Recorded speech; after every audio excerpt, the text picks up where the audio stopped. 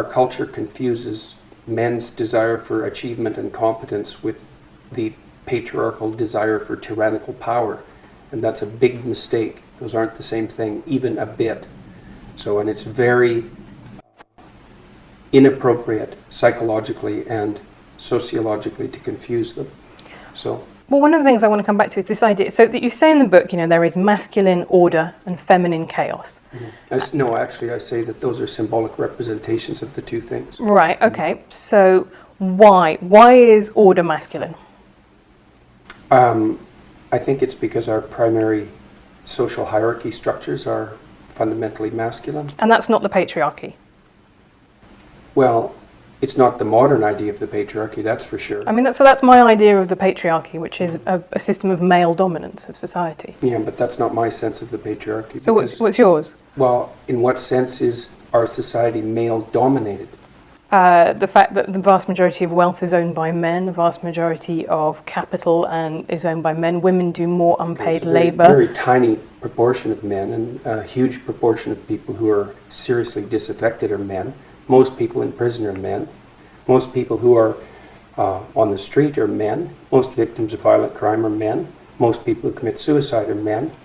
Most people who die in wars are men. People who do worse in school are men. It's like, where's the dominance here precisely?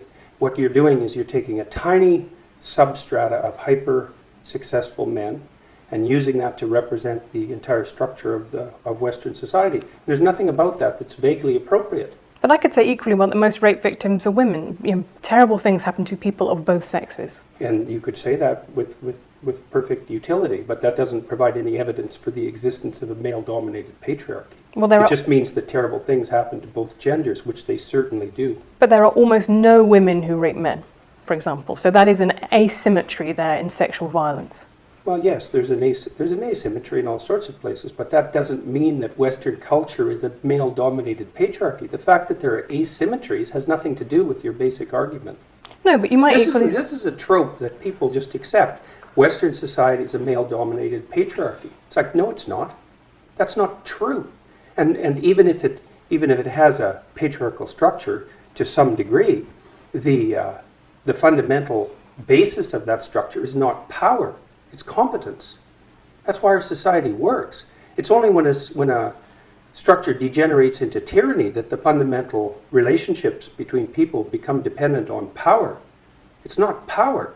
If you hire a plumber who's likely to be male, it's not because there's roving bands of tyrannical plumbers forcing you to make that choice. And it's the case with almost every interaction that you have at the face of our culture.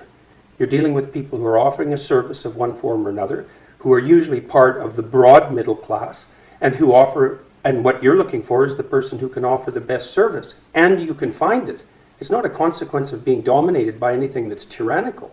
And then again, our culture, our Western culture, which is by no means perfect, and certainly has tyrannical elements like all cultures do, is the least tyrannical society that's ever been produced, and certainly the least tyrannical society that exists now.